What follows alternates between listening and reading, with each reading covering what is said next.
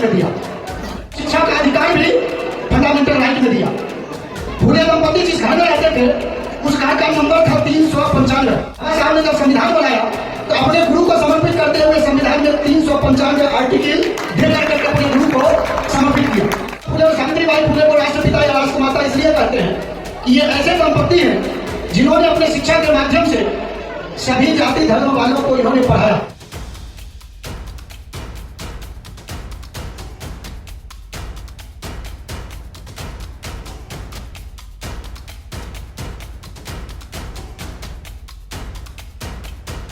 राष्ट्रपिता और राष्ट्रमाता हम लोग क्यों कहते हैं? 26 जनवरी 1950 को भारत एक राष्ट्र के रूप में जाना गया। राष्ट्र के रूप में इसलिए कि संविधान से पहले भारत एक देश के रूप में जाना जा रहा था। देश में राजा, जनसंख्या, क्षेत्रफल, लेकिन भारत के नागरिक को समानता का अधिकार नहीं था। 26 जनवरी 1950 के बाद भारत के नागरिक को समानता का अधिकार मिला। आम नागरिक भी एमएलए, एमपी, प्रधानमंत्री, राष्ट्रपति बन सकते हैं। विभिन्न धर्म के लोगों को अपना अपना झंडा हो सकता है, अपना गान हो सकता है। 26 जनवरी 1950 के बाद भारत का एक राष्ट्रीय झंडा हुआ, जिस झंडे के नीचे में हिंदू, मुस्लिम, सिख, ईसाई सबको समान रूप से उस झंडे के नीचे आना पड़ता है और राष्ट्रगान के रूप में गाना पड़ता है। तो ज्योतिबा फूले और सावित्रीबाई फूले को राष्ट्रपिता या राष्ट्रमाता इसलिए कहते हैं कि ये ऐसे दंपति हैं जिन्होंने अपने शिक्षा के माध्यम से सभी जाति धर्म वालों को इन्होंने पढ़ाया।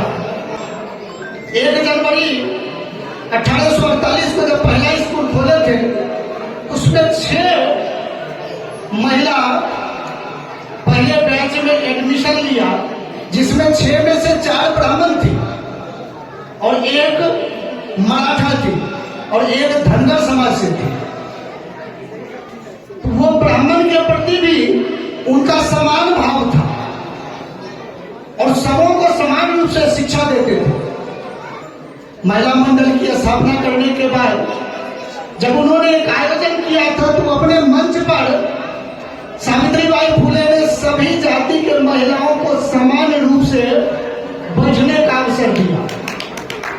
ये समानता का अधिकार उस समय में दिया और भारत का संविधान ने समानता का अधिकार 26 जनवरी 1950 के बाद दिया। बाबा साहब भीमराव अंबेडकर ने अपना 3 गुरु को माना, धार्मिक गुरु तथागत बुद्ध, आध्यात्मिक गुरु कबीरदास और सामाजिक गुरु ज्योतिबा फूले। जब इन्होंने संविधान लिखा तो फंडामेंटल राइट में अपने गुरु ज्योतिबा फूले के को समर्पित करते हुए समानता का अधिकार फंडामेंटल राइट में दिया और शिक्षा का अधिकार भी फंडामेंटल राइट में दिया। फूले दंपति जिस घर में रहते थे उस घर का नंबर था 395, जो उस्मान शेख का घर था। उस घर का नंबर 395 था और बाबा साहब ने जब संविधान बनाया तो अपने गुरु को समर्पित करते हुए संविधान में 395 आर्टिकल देकर करके अपने गुरु को समर्पित किया। तो ज्योतिबा फूले, सावित्रीबाई फूले पूरे दुनिया में एक ऐसे दंपति हैं जो पति और पत्नी दोनों समान रूप से बहुत बड़े समाज सुधारक हुए। दुनिया में ऐसा उदाहरण शायद ही आपको कोई मिलेगा। पति समाज सुधारक तो पत्नी नहीं, अब पत्नी समाज सुधारक तो पति नहीं, लेकिन ऐसे दंपति हैं जो दोनों समान रूप से समाज सुधारक है।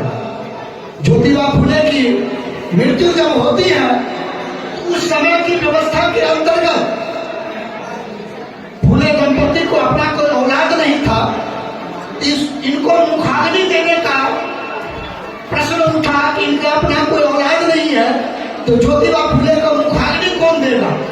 उस समय में सावित्रीबाई फुले ने अपनी पति का मुखाग्नि दी। 200 साल पहले।